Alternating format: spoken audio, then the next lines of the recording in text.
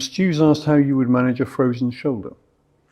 Well, yeah, I mean, it affects the sling, doesn't it? Yeah. And this is the thing, is that because the slings connect the legs to the pelvic girdle to the pectoral girdle, then any issue at the shoulder is going to affect the sling and affect the opposite leg, the opposite sort of lower limb.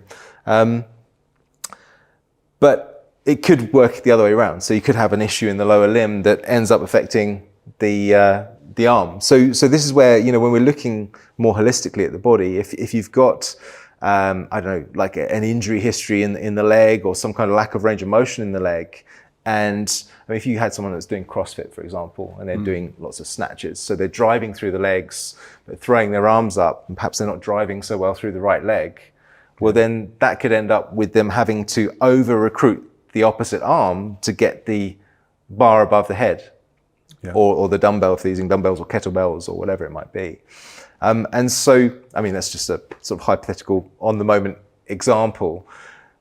But because this is what connects the two limb girdles, and power always starts from the ground upwards, it's always generated from the ground upwards. We push off the ground to generate the power, and it transfers up through the pelvis, sort of through the leg into the pelvis, into the arms. It's normally expressed out the arms, unless you're kicking, in which case it comes up through one leg and it kind of wraps around the trunk and comes out the other leg. Right. But in most cases, whether you're throwing a punch, throwing a ball, hitting with a racket, wrestling with someone, that is power that's being generated from the feet up through the core and into being expressed out of the arms, which kind of ties back into Grakovetsky's whole spinal engine concept, where ultimately the ground reaction force coming up through the spine is dissipated out through the arms, and it's almost this sort of movement of the arms that is the final expression of that ground reaction force. So none of this is going on with a frozen shoulder? No kettlebells are being thrown up or anything like that? Well, so does it affect your management of conditions like that?